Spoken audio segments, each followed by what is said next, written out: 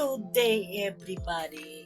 So for today's video, tuturuan ko kayo kung paano mag-download ng music. So, ano pang hinihintay natin? So let's go! Tadam! So first guys is, diyan natin sa tong phone no, sharing. So punta tayo sa Play Store.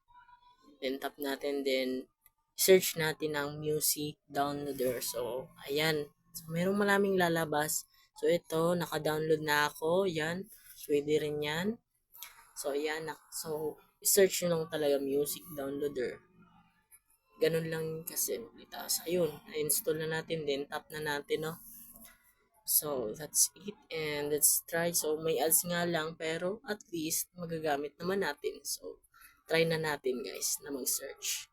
Try natin bulong. Try natin search bulong. December Avenue. O, ayun. So, nag-pop up na agad. So, tap natin yan. Yan. Tap natin yan. So, yan. Maraming lumalabas. Pero, tap natin yung pinaka-first, no? So, tap natin yung 3 dots. Yan. Yan. Tap mo. Then, tap yung download. Yung download, Tap mo yung download din. May lalabas dyan.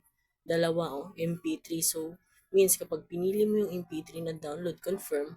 So, simple yung madadownload mo is all about songs, no? Yung mga kanta lang talaga. So, when it comes MP4 naman, so video yan. Video yung lalabas kapag yan yung download. So, click na lang natin tong confirm.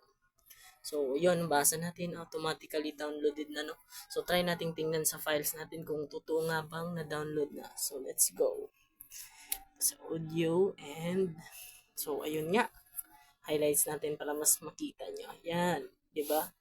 So, that's it. Ganun lang kasimple guys. Thanks for entertaining. Thanks for watching. I hope that it helps. And dito na po magtatapos. Taday! So, paano to? So, I hope you learned some interesting knowledgeable videos. So, please subscribe